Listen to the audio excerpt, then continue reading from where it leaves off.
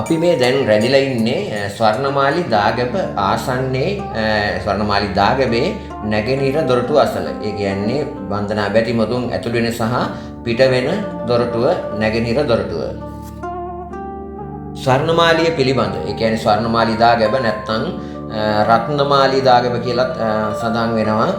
කවුරුත් කියන පරිදි සඳහන් කරන පරිදි රුවන්වැලි සෑය නැත්නම් රුවන් මැලි සෑය පිළිබඳ වෙනමම සවිස්තරාත්මක ඉතිහාසගත තොරතුරු බෙහෙවින්ම ගැඹුරු ඉතිහාසගත තොරතුරු සහිත වීඩියෝ එකක් හෝ දෙකක් අපි අනාගතයේදී සටහන් කරන්නත් බලාපොරොත්තු වෙනවා.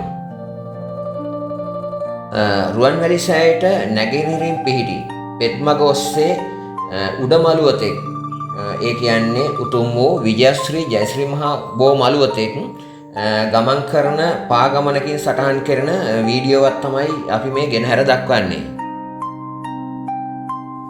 ඉතින් අපි මේ ගමන් කරන මග දෙපස බොහොමයක් විහාරාරාම නටබුන් වටපත් වෙච්ච විහාරාරාම තිබෙනවා. අපි මේ ගමන් කරන මග දෙපස තියෙන පිහිටලා තියෙනවා පුරාණ මහා විහාර සංකීර්ණය අයත් ප්‍රදේශයක් තමයි මේ ප්‍රදේශය. ඒකින්ද මහා විහාරයට අයත් යම් විහෙර විහාර නටබුන් වෙලා තියෙන ඒවා බලා හදා ගන්න පුළුවන් මේ ගමන් මග දෙපස ඇවිදලා බලන ඇයට. රුවන්වැලි සෑයට නැත්නම් ස්වර්ණමාලි දාගැබ ආසන්නයේම අපි මේ ගමන් කරන පෙත් මගේ මදක් ඇතුළට කියන්නේ ගොඩක් ඇතුළට නෙමෙයි බොහොම ළඟ අපේ ගමන් කරන පෙත් මගේ වම් පැත්තෙන් අපේ මේ ගමන් කරන හැටියට වම් පැත්තෙන් ඒ කියන්නේ එහෙම නැත්නම් රුවන්වැලි සෑයට නැගෙනහිර දිශාවෙන් එලාර සොහන පිටලා තියෙනවා. ඉතින් මේ එලාර සොහන එක්තරා කාලික වෙනත් නමකින් විවහාර කරලා තියෙනවා. ඒක නිසි විදියට සොයාගෙන තියෙන්නේ තහවුරු කරගෙන තියෙන්නේ එලාර සොහන යනුවෙන් තමයි. ඒ වගේම රුවන්වැලි සෑයට අපි මේ යන මාර්ගයේ සුළු දුරකින් එච්චර දුර නැහැ. සුළු දුරකින් අපේ ගමන් කරන මේ අපේ වම්පසින් එහෙම නැත්නම් නැගෙනහිර දිශාවෙන් තමයි පිහිටලා තියෙන්නේ එදා මහා විහාරික භික්ෂුන් වහන්සේලාට අතීතයේ මහා විහාරයේ භික්ෂුන් වහන්සේලාගේ දානය සකස් කළ දානය බෙදා හැරි දානය පිළිගන්නු ස්ථානයේ සහ එහි තියෙන විශාල ප්‍රමාණයේ බත් වරුව දැක ගන්න පුළුවන්. ඒවත් මේ ගමනේ කවදා හරි යෙදෙන කට්ටියට සුළු දුරකින් අර එකපාරට ඇවිදලා ඉක්මනින් ගමනේ අවසන් කරන්න නැතුව ඒවා බලා හදාගෙන යන්නත් හැකියාව තියෙනවා. අර ටිකක් ඈතින් එනවා පේන්නේ මේ උඩ මළුවේ සිට ඒ කියන්නේ ජයශ්‍රී මහා බෝ මළුවේ දිශාව සිට රුවන්වැලි සෑයට නැත්නම් ස්වර්ණමාලි දාගැබට පෙරහැරක් මගින් කපුරුක් පූජාවක් රැගෙන යන ආකාරය. ඉතින් මේ වන්දනා කරන පිරිසක් තමයි එනවා පේන්නේ මේ වගේ කපුරුක් පූජාවන් උතුම් වූ රුවන්වැලි සෑයට පූජා කරන කපුරුක් පූජාවන් බොහොමයක් දකින්න පුළුවන්. අනුරාධපුරයේ නිතර යන කෙනෙකුට මේක සාමාන්‍ය දෙයක් බවට පත් වෙලා. ඉතින් අතීතේ නම් එහෙම තිබිලා නැහැ. දැන් එවැනි දේ පවතිනවා කපුරුක් පූජාවන්. මේවෙන් එන යම් ආදායමක් තිබෙන ඒ ආදායම් භික්ෂුන් වහන්සේලාම ගන්නවා කියන එක බොහෝ අය කියන එක වැරදි. බලන්න දැන් රුවන්වැලි සෑය ඉස්සර වසර ගණනාවකට පෙර තත්ත්වයද අද තියෙන්නේ කියලා. ස්වර්ණමාලි දාගැබ වටාම හරි පිළිවෙලකට නඩත්තු කරලා පිළිවෙලකට සකස් කරලා බැතිමතුන්ගේ පහසුවට ඒ දේවල් සියල්ල සකස් කරලා තියෙන්නේ මේ යම් ආධාර මත තමයි මේ දේවල් කෙරෙන්නේ. රුවන්වැලි සෑයේ පේසා වලල්ලට ඉහළින් දාගැබේ බඳ වටා පැලදීමට තමයි ඒ චීවර දිග රෙදි කොටස රැගෙන යන්නේ. මම හිතන්නේ මේ පෙරහැර තවත් දික්විය යුතුයි. මොකද රුවන්වැලි සෑය වටා එතන පළඳවන චීවරය ගොඩක් දුරයි. ඒක මේ වෙලාවේ මම කියන්නේ කවදා රුවන්වැලි සෑය වැඩසටහනක් කරනකොට ඒකේ දිග සහ ප්‍රමාණය දන්නනවා. මේ තියෙන දාගැබට ආවරණය කරන්න යන චීවරය ඉතා දිගයි. ඒ පිරිසේ අඩු ප්‍රමාණයක් තමයි පේන්නේ. පිරිසේ අඩු ප්‍රමාණයක් නිසා චීවරයේ තවත් විශාල කොටසක් එතු පරිදිම අරන් එනවා. ඒ අය තමයි අර පිටුපසින් ගමන් කරමින් ඉන්නේ.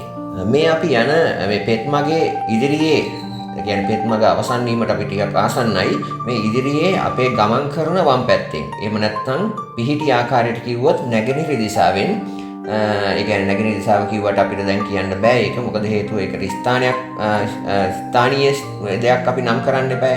එහෙම කිව්වොත් ලහබත්ගේ නම් තියෙනවා. ලහබත්ගේට නැගෙනහිර දිශාවෙන් තමයි ලෝවා මහා ප්‍රාසාදයේ පිහිටලා තියෙන්නේ. ඊට දකුණු පසින් තමයි රන්සිමාලකය. ඒ කියන්නේ අපේ ගමනේ දකුණු පසින්. එහෙම නැත්නම් ඒක නියම විදිහට කිව්වොත් බටහිර දිශෙන් තමයි රන්සිමාලකය. ඒ කියන්නේ ලහබත්ගේ. ලහබත්ගේ කියලා සඳහන් වෙනවා. ඔය ලහබත්ගේ ගැන රන්සිමාලකේ ගැන අපි ඉදිරි වීඩියෝ වලින් වෙන්වෙන්ම පැහැදිලි කරනවා. දැනට ඒක කරන්නේ මේක වෙනත් ගමනක් නිසා. මදක් ඇතුළතින් වන්නට තවත් තියෙනවා දෙයක්. ඒ කියන්නේ අපි මේ ගමන් කරන දකුණු පැත්තේ අපේ දකුණු අත පැත්තෙන් මදක් ඇතුළට ගොඩක් දුර නෙමෙයි විනාඩි 2-3 යන්න පුළුවන් දුරින් තියෙනවා. එදා භික්ෂුන් වහන්සේලාගේ උණු පැන් ස්නානය සඳහා සකස් කරන ලද ගලින් කරන විශාලතම මේ පොකුණක්. ඒ පොකුණක් තියෙන මේ ආසන්නෙම අපිට මේ අපි ගමන් කරන පැත්තෙන් දකුණු පස තමයි ඒක පිහිටලා තියෙන්නේ. ඒ දුරක් නැහැ. අපි මේ දැන් යනවා මේ පෙත්මග දිගේ ආපු ගමන අපේ ගමන YouTube නාලිකාව මගින් අපි ආපු ගමන ඉදිරියෙන් පෙනෙන උතුම් වූ විජයශ්‍රී ජයශ්‍රී මහ බෝසත්මිඳුන් වැඩ සිටින උඩමළුවට ආසන්න වී ඉතින් නවතින්න තමයි අපි අදහස් කරන්නේ. තව සුළු වේලාවකින් ඒක ඒ විදිහට නිමා කරනවා. දැන් ඉදිරියෙන් පෙනෙන්නේ උතුම් වූ විජයශ්‍රී ජයශ්‍රී මහ බෝධි මළුවේ උතුරු දොරටුව. අපි ජයශ්‍රී මහ බෝධිය දිසාවෙන් දිසා අනුව කිව්වොත් උතුරු දොරටුව තමයි ඔය ඉදිරියෙන් ඈතින් පෙනෙන්නේ. අපගේ ගමන YouTube නාලිකාව මගින් අපි ස්වර්ණමාලියේ සිට ජයශ්‍රී මහ බෝසත්මිඳුන් දක්වා පෙත්මග දිගේ ආපු ගමන නැරඹු ඔබටත් උතුම් වූ විජයශ්‍රී ජයශ්‍රී මහ බෝධීන් වහන්සේගේ පිහිට ආරක්ෂාව ලැබේවායි ගමන අපි ප්‍රාර්ථනා කරනවා. ඔය ඈතින් ඉහළට වන්නට මදක් ඉහළට වන්නට පෙනෙන්නේ උතුම් වූ විජයශ්‍රී ජයශ්‍රී මහ බෝධි වටා බෝසත්මිඳුන් වටා ඇති පරිවාර බෝධීන් වහන්සේලායි. පරිවාර බෝරුක් තමයි අපිට අර ඉහළින් දැක්වෙන්නේ. ඒ උතුම් වූ බෝධීන් වහන්සේ වටා ආරක්ෂිත පරිවාර බෝධීන් වහන්සේලා. අපි පැමිණි පෙත්මගේ අවසානයේ සනිටුහන් කරන තැනදී ඒ කියන්නේ ජයශ්‍රී මහ බෝධියේ උතුරු දොරටුව ඉදිරිපිට తాවකාලිකව වසා දමලා තියෙනවා. හේතුව එතන යම් කටයුත්තක් කරනවා. ඒ කියන්නේ පොළවට පස් වී තිබුණොත් වසර 100,000 ගණක් පස් යටපත් වී තිබුණ නටබුන් විශේෂයක් නටබුන් ප්‍රමාණයක් කැණීම් කරමින් තිබෙන අවස්ථාවක්. ඉතින් අපිට කවදා හරි ඉදිරියේ දැක ගන්න පුළුවන්. අපි මේ වීඩියෝවෙන් කරාට මෙතෙක් ඒක ගැන කවුරුවත් කියලා නැතුව අපි තමයි මුලින්ම මම හිතන්නේ පෙන්වන්නේ. මේ දේ මොකද්ද කියන එක තව යම් කාලයක් ගියාම පැමිණෙන ඇයට සංචාරකීන්ට නැත්නම් බැතිමුතුන්ට දැක ගන්න පුළුවන් මෙතනින් ගොඩ ගන්නේ කුමක්ද යනු. නැත්නම් ඉදිරියට මේක වසා දමලා වෙන තැනකින් ගේට්ටුවක් දායිද කියලා අපි දන්නේ නැහැ. අපිට නිගමනයකට එන්න බෑ. අපිට හිතෙන හැටියට තමයි අපි කිව්වේ. ඔය තියෙන්නේ ඒ තියෙන හාරන ස්ථානය තමයි කැණීම් කරන ස්ථානය.